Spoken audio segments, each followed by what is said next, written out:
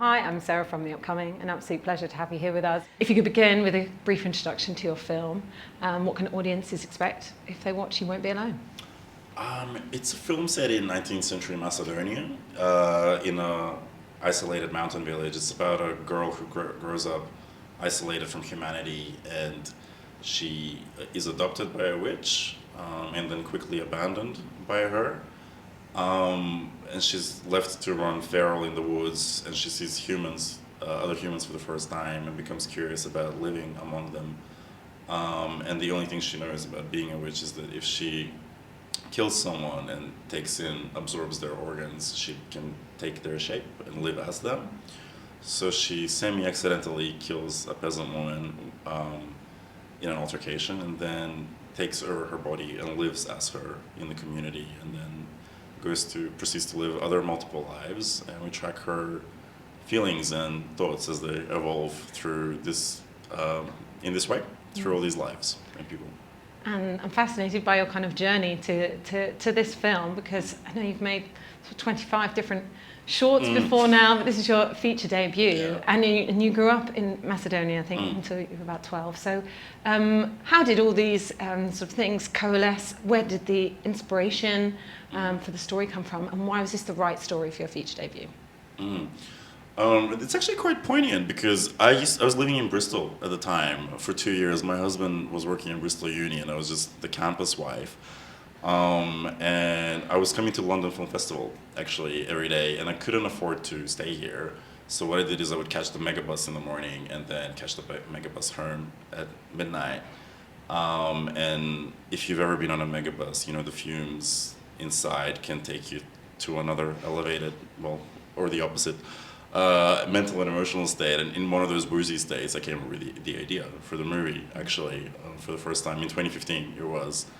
I think I wrote it on like the back of Tesco receipts I found in my bag. Just quickly like which blah blah blah. So that's where it came from. I was watching a lot of movies, obviously, at the time that were kind of taking a genre premise, but not really treating it as a traditional genre film, just using the parts of it that were useful.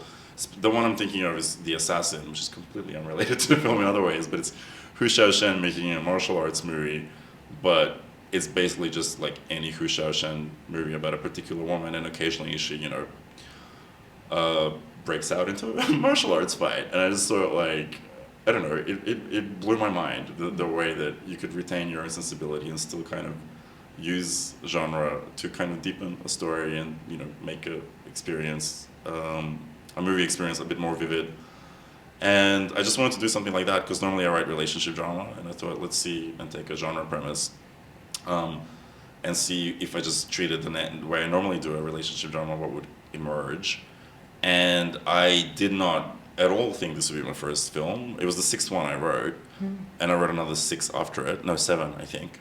And I definitely didn't think it would ever get made, much less as a first movie. That was just the sense of when my producer I worked with first approached me about if I have any future scripts. This was one of the catalog that I kept towards the bottom, because I was like, it sounds so esoteric and strange. I don't want to alienate someone. If I put it on first, they'd be like, who is this weirdo? But Christine actually, that's one of the ones she asked to read after she saw the summary of projects, and it's the one she read overnight and fell in love with. So it's really Christina's decision that this is my first film, a lot more than mine. But it's uncanny, because I feel like a lot of my emotional life is in it, in a way that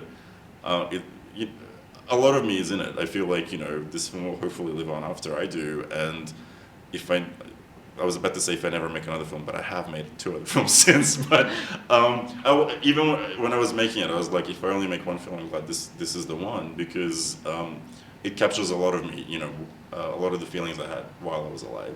I'm still alive.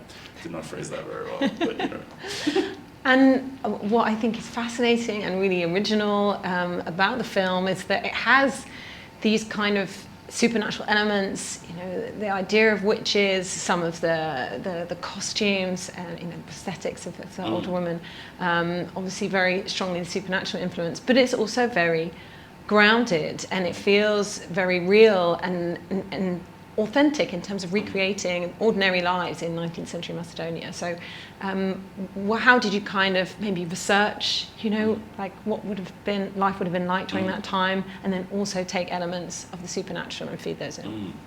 I went to the British Library a lot, actually. Again, go on the megabus from Bristol. Like, I had to reserve the books, because they had to be like brought in from somewhere. There's like 5 or 6 of them about life in specifically this region of Macedonia historically.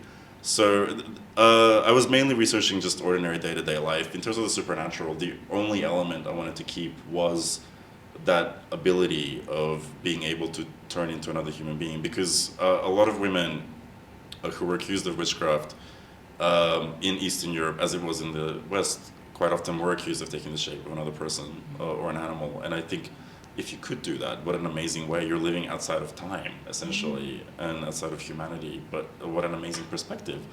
So I wanted to just have that one little supernatural element, and then the rest of it was going to be trying to kind of document what ordinary day-to-day life was like in this place for actually thousands of years.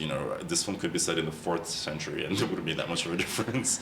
Well, the language would probably adjust. But, and I think not just in Macedonia or Eastern Europe, I think a lot of the world, obviously, like for thousands of years, subsisted on this very cyclical agrarian way of life that is now, fading from humanity. And I just really wanted to document it and sort of like capture the melody of these lives and these voices. And, the way the people speak in the film is very similar to how my grandparents spoke. And like, not many people speak that way anymore. I mean, I think no one does. And I'm like, if I don't document this and put it in a movie that can then live on, like these lives will just fade from the record. And, especially people who have simple rural backgrounds, like these we don't have much of a record of what our, ancestors were like, especially in that part of the world. So it's like, if I don't do it, it's just going to fade completely. We'll be even more anonymous in years to come. So that was a bit of the impetus behind it. I also wanted it to be, an enjoyable, moving, transporting experience. I didn't want it to feel like homework for someone watching it. I wanted to document things along the way, but ultimately the overall most important thing is to connect to a viewer emotionally, make them feel things, and be transported to another time and place, really. And yeah.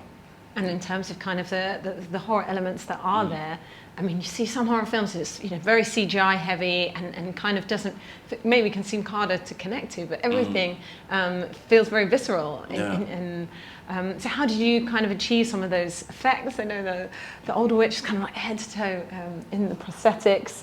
And then also, everything's very kind of naturally lit as well, so it kind of has an immediacy. So it's just from the technical. Yeah, it is a lot more complicated to do gore in natural light. It's harder to disguise flaws. So, we had a good prosthetic team. There is a bit of VFX correction in there as well. Like, I have a wonderful VFX man I work with, Marty Pepper, in Adelaide, Australia. But I wanted the film to feel earthy, and I wanted it to feel real and day to day. I'm actually a very squeamish person, so it's ironic considering how much gore there is in the film. But I felt like, this is what she's going through in that moment, and she wouldn't be looking away, so I'm not allowed to. And the whole principle of every, shot and cut in the film is about what is she feeling right now in this moment. How do I capture that feeling, so that the audience feels like they're under her skin. And I wanted it to just feel real and ordinary and not sensationalized. I think it's a lot more, to me, I just felt like it would be a lot more affecting. I think doing it for effect, or a shock effect, wouldn't have worked, at least for me anyway. So I just wanted it to just feel like the ordinary day-to-day life of a witch in the 19th century, essentially. My catchphrase all through, like, even post-production was like, it's just a Tuesday. I know she's like disemboweling herself, but to her it's not a special event. It's a Tuesday. It needs to feel like, in that moment, that to her is ordinary. But she's seeing a boy for the first time, and that's an event. To us it's not, but to her it is. So we stage that like it's this big set piece. And I think hopefully it works on an unconscious level where, like, as the audience feels the feelings she does, you understand why something's a big event and why something isn't. And it just gives you a different perspective on like just ordinary day-to-day life as it is at any point, including today. And your amazing cast, and obviously they had their work cut out for them in lots of ways because they don't have the power of voice because she's been mute right at the beginning. Having to have that kind of continuity, even though, because it's supposed to be the same character through these different avatars, and and seeing things through different eyes, so they kind of have to do this transformation, have a bit of progressive growth. So how did you decide on each of the cast, and how did you work with them to kind of make that work? Yeah, I mean, a lot of it is a very, again, unconscious, instinctive process. In terms of deciding who to cast, it was a sense of people who I felt were fearless and can kind of connect to, material in very intense ways, and wouldn't look down on it because it's a genre film. I wanted it to be treated like it's just real feelings we're feeling, because I think they are. So that was the only real principle behind the casting. And then in terms of the shoot, like we shot it completely out of order, but I kind of encouraged everyone to bring in a lot of their own essence out of the actors as well. I didn't prescribe you have to do this in this way. Sarah Klimoska, who kind of establishes the character, was there on set the whole time, and she would meet with each of the actors that came in to just explain what she had done, roughly. We had recorded the voiceover in advance, so everyone had heard the voiceover. And she kind of, there was a reference video we used of a girl who was discovered in America, actually, in the 1960s. She had grown up isolated from humanity, and then she was found at age 13. And there's a fair bit of material about her, but there was just this one 45-second video of her just walking in a garden, and her body language was just singular, and also so moving, and you didn't even have to explain why she is moving in that way, or you just could understand it instinctively. So we showed that reference video to, I think, everyone out of the main cast. And then ultimately, as the character shifts through various bodies and personalities, she evolves as well. And I think she takes in some of the essence of each of the characters, of Numi and Carlotta and Alice at the end. And I really encouraged that, because I think it made the film less repetitive. It builds, it becomes deeper and deeper, and I think the more lives you have to enrich a character, it's a very useful tool, And then, the editing was judicious in terms of making sure there's a through line, but that wasn't very difficult. At no point during the post-production process was there a question of, do we still feel like it's the same personality? I felt very connected to each of the actors on set. And the other thing I realized only after the film, what I do when I'm shooting is that I put myself in the mental and emotional state of what the character is going through without really talking about it. And then I think there is a instinctive symbiotic way that if you are feeling some feelings, the person you're talking to will pick up on that, and kind of it affects them. So I think there's also a unity to it, because I was present, she's me, in the film a lot. Both of the women, Maria and Nevin, actually, it's my brain split into two. And I think that helped actually create a certain continuity, but it wasn't an intellectual process. It was an instinctive one, and I just feel very fortunate that it happened. And in terms of the themes that kind of arise out of the film and the takeaways, there's so much to kind of unpick, because I guess seeing the world through the eyes of Navino, it's trying to find your place in the world, trying to find your identity. I guess trying to, even if you've suffered and had trauma, finding the beauty in the world, finding hope.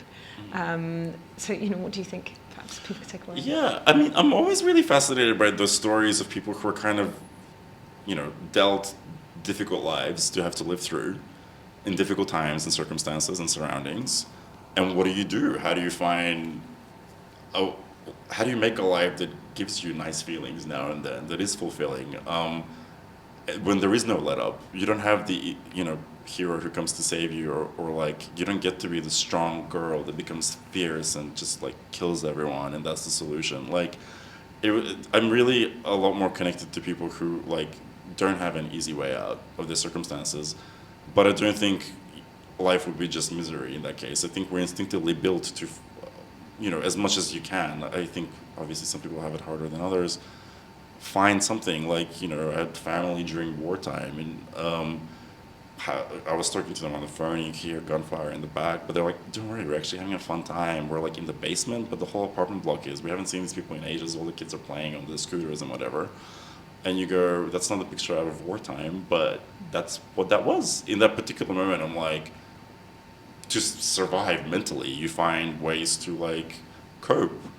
And even if there is no way out, you will find it emotionally, mentally. And that's what I'm driven to, like, I put people in difficult circumstances in my movies, but I don't want their lives to just be difficult. I want there to be, you know, beauty and comedy and humor as there is in ordinary life, and I just look for those moments, because I think the context tells me enough about why it's difficult, and now I'm like, yeah, but why is it worth it?